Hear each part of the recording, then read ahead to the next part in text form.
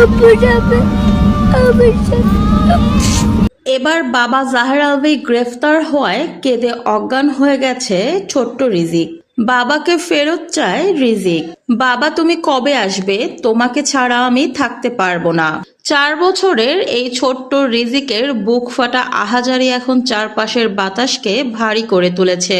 অভিনেতা জাহের আলভির গ্রেপ্তারের পরেই কান্নায় ভেঙে পড়েছে তার একমাত্র ছেলে রিজিক। বাবাকে ছাড়া কিছুই বোঝে না ছোট্ট রিজিক। কাঁদতে কাঁদতে এক পর্যায়ে সে অজ্ঞান হয়ে পড়ে। নিষ্পাপ এই ছোট্ট শিশুটি এখনো জানে না আইন, আদালত কিংবা কারাগার কি জিনিস। সে বোঝে না তার বাবাকে কেন 4 দেয়ালের মাঝে আটকে রাখা হয়েছে, কিংবা তার বাবার অপরাধী বা কি ছিল। ছোট্ট রিজিক শুধুই বোঝে তার জীবনের পুরোটা জুড়ে রয়েছে শুধুমাত্র তার বাবা আলভি। পারিবারিক সূত্রে জানা যায় তার মায়ের মৃত্যুর পরেও এতটা ভেঙে পড়েনি রিজিক, যতটা কষ্ট এখন তার বাবার গ্রেফতারের পরে পাচ্ছে। বাবা গ্রেফতার হওয়ায় রিজিক যেন পুরোপুরি ভেঙে পড়েছে। রিজিকের পুরো পৃথিবীটাই ছিল তার বাবা আলভিকে কেন্দ্র করে। বাবার প্রতি তার ভালোবাসা ছিল অসম্ভব রকমের গভীর।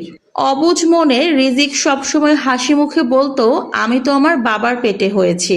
বাবার সাথে এই আত্মিক টানই এখন প্রতিনিয়ত কষ্ট দিচ্ছে রিজিককে। মামলা ও রায়ের জটিলতার কারণে দীর্ঘ 4 মাস গা ঢাকা দিয়েছিলেন জাহের আলভি।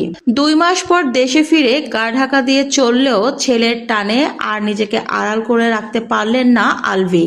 লুকিয়ে লুকিয়ে হলেও ছেলের সঙ্গে দেখা করতে যেতেন আলভি। বাবার সাথে কাটানো সেই লুকোচুরি মুহূর্তগুলোই এখন রিজিকের একমাত্র স্মৃতি। আজকে আদালতে আত্মসমর্পণের পর আদালত নির্দেশ দিয়েছেন জাহের আলভিকে কারাগারে পাঠানোর জন্য। আলভির আইনজীবীরা জামিনের আবেদন করলেও তা নাকচ করে দেওয়া হয়।